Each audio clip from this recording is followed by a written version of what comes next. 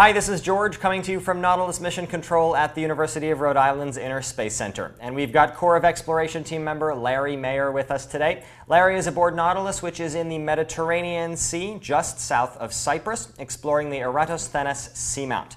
Larry, let's just dive right in. Can you tell us what the goals are for this leg of the expedition? Yes, George. We have several goals, but they all can be summed up in one word, which is really exploration. We actually came to the seamount 2 years ago and were quite surprised by some of the things we found.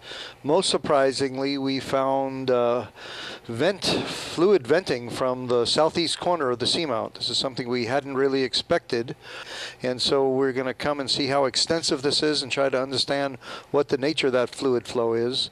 The other aspect is a remarkable series of features that are on the top of this seamount. Those circular features that people thought were pockmarks actually turned out to be something we call sinkholes. 5 million years ago, 5 to 6 million years ago, the top of this seamount, it got exposed to fresh water. It created caverns and caves, and sometimes the top of those caves collapse, and that's where we get these sinkholes. And so we've already, in the last day or so, explored a few of those, and we're quite anxiously waiting to get over the side of the seamount, where we hopefully can look inside some of them. Larry, can you describe the Eratostheni seamount? What exactly are we diving on? Eratostheni, and it's taken me a long time to figure out how to say it.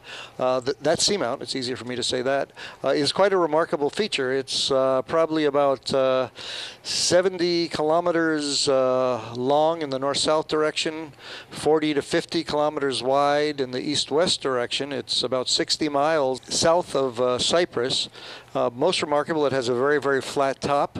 The shallowest part of it is about 750 meters deep, and the deepest part is about 2,000 meters deep. It has a remarkable crack on the top, and that crack is an indication of the fact that it is being subducted. It's trying to be pushed down the trench that's in front of Cyprus, and it just doesn't want to go, so it's breaking and cracking. You mentioned that the venting that we discovered in 2010 was surprising. Why is that? The surprise was where it was.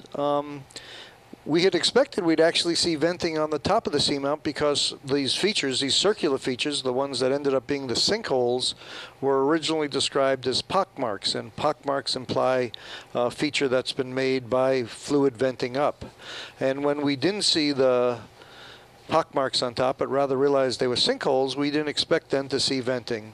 And this seamount is being subducted, or trying to be subducted, into the trench in front of Cyprus, and we expect that that's actually squeezing these fluids out, and they're coming out this porous layer on the back, and those fluids then provide the chemical nutrients that allow these vent communities to survive. They were quite pervasive as far as we followed them. We can see them associated with cracks. We actually were able to see shimmering fluid coming out. It's clearly carrying the kind of chemistry that's needed to support these communities, but it's not an ultra hot, it's not heated by magma like the fluids on the ridge crests.